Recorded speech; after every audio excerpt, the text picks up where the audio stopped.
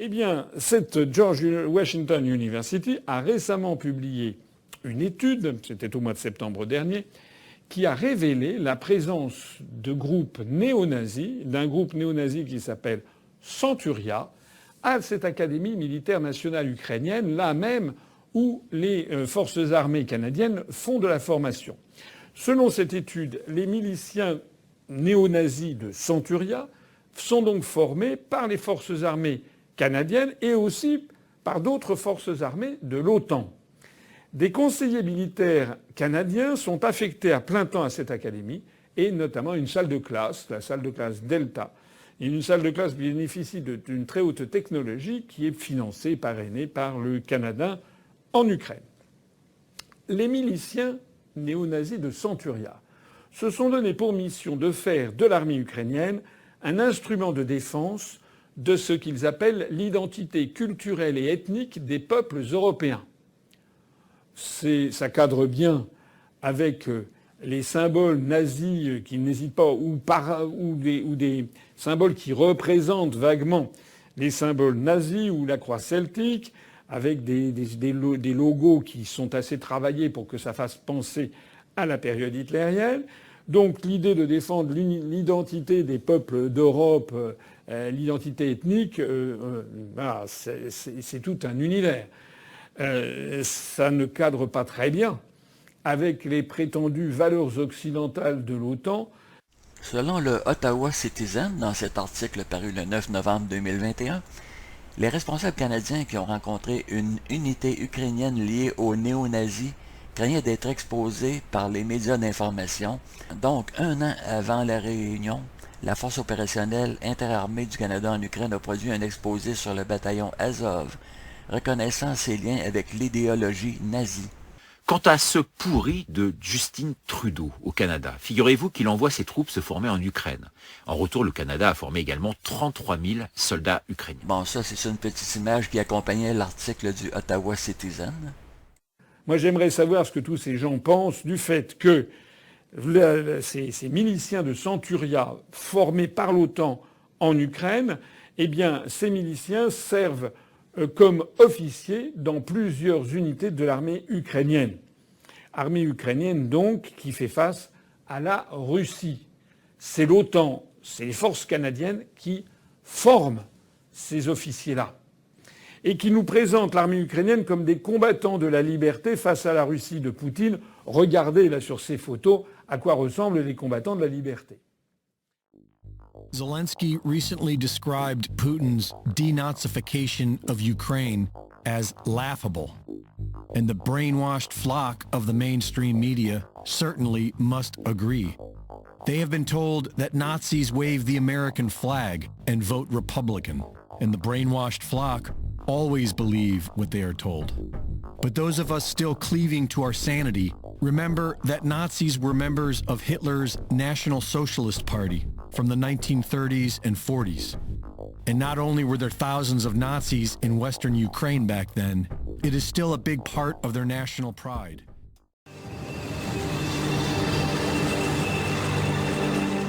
The first Ukrainian front's advance led to the encirclement of the German 8th Army Corps near the town of Brody. Amongst its units was the 14th Waffen-SS Grenadier Division, Galicia.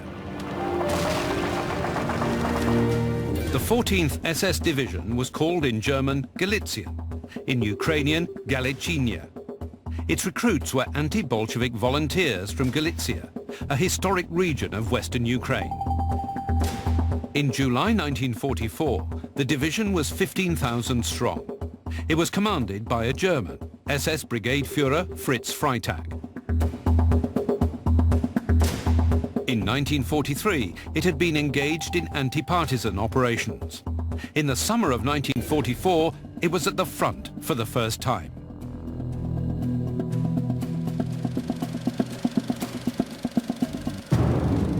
General von Mellenthin described how the SS Division Galicia, holding positions in the woods, could not hold firm, so the Russians penetrated deeply into the left flank of our corps.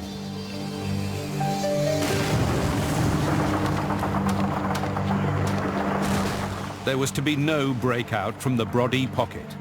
the survivors surrendered to the Red Army 4 days after their encirclement.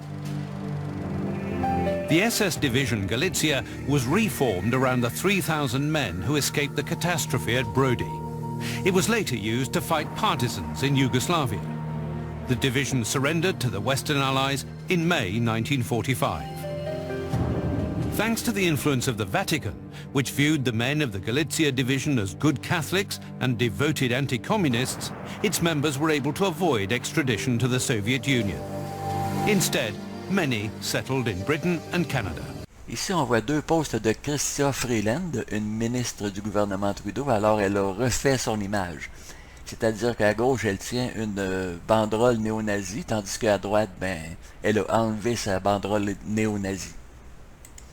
Bon, on revoit la même Chrystia Freeland qui tient la banderole. Donc, sur les pas de son grand-père, Chrystia Freeland a été surprise en train de brandir la banderole de l'armée insurrectionnelle ukrainienne, une organisation fasciste ukrainienne qui a collaboré avec l'Allemagne nazie et tué 200 000 Juifs.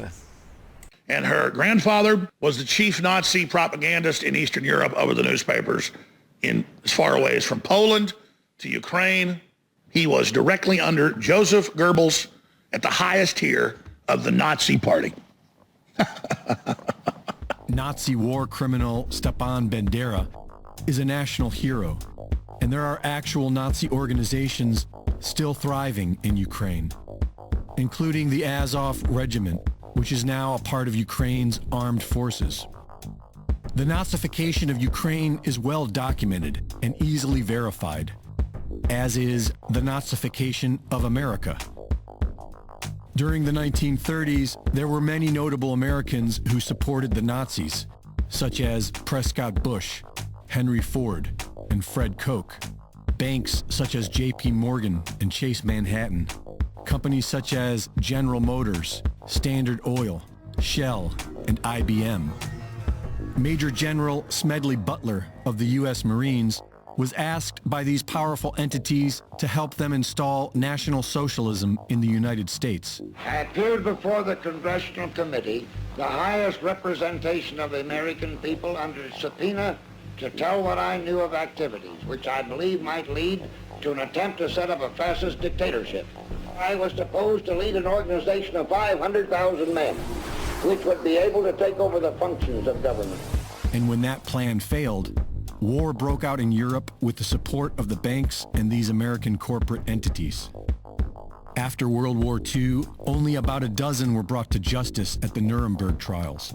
The Catholic Church and the Vatican helped thousands of Nazis evade capture via the rat lines, which brought them mostly to South America, where they built an entire town in Argentina.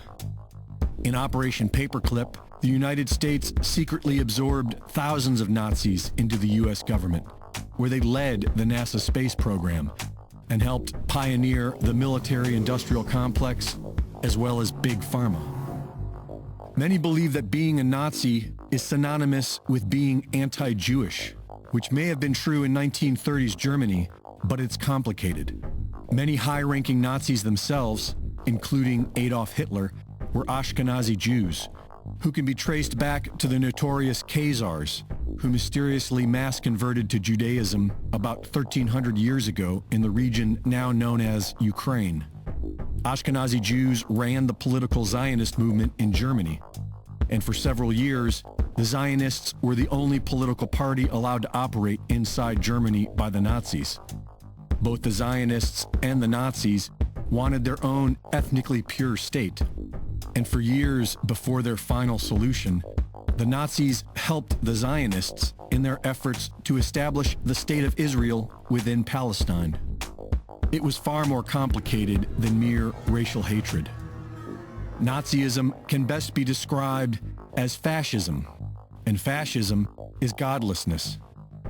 The word Nazi is a made-up slur, but the word fascist can be clearly defined. It stems from the Latin word fasces, which is a bundle of sticks banded together to form a deadly weapon, an old-school meme that represents the deadly power of an organized mob, a gang. When men lack a personal relationship with God, they inevitably band together out of fear. Submitting to the strongman for a small taste of dominance, they become just another beast in the jungle. And today, we can clearly see this fascist mentality in all of these godless groups. The woke, the Satanists, the transhumanists, and the genocidal mass murderers of the Great Reset are all merging together into one giant fascistes. Godless men and women banded together out of fear. Fascists serving the strongman. Spiritually speaking, these are the weakest among us.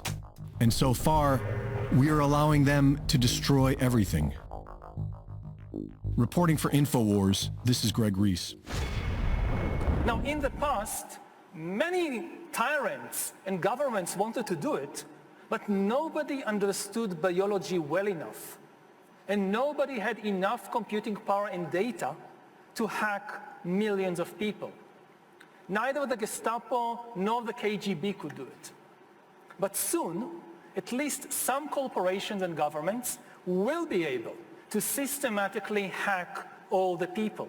It doesn't change what you are doing. It changes you. If you take genetic editing, right. Just as an example, it's you who are changed. Yeah. And of course, this has a big impact on your identity. We are now hackable animals. It's often said that you should never allow a good crisis to go to waste, because a crisis is an opportunity to also do good reforms that in normal times people will never agree to. But in a crisis, you see, we have no chance. So let's do it.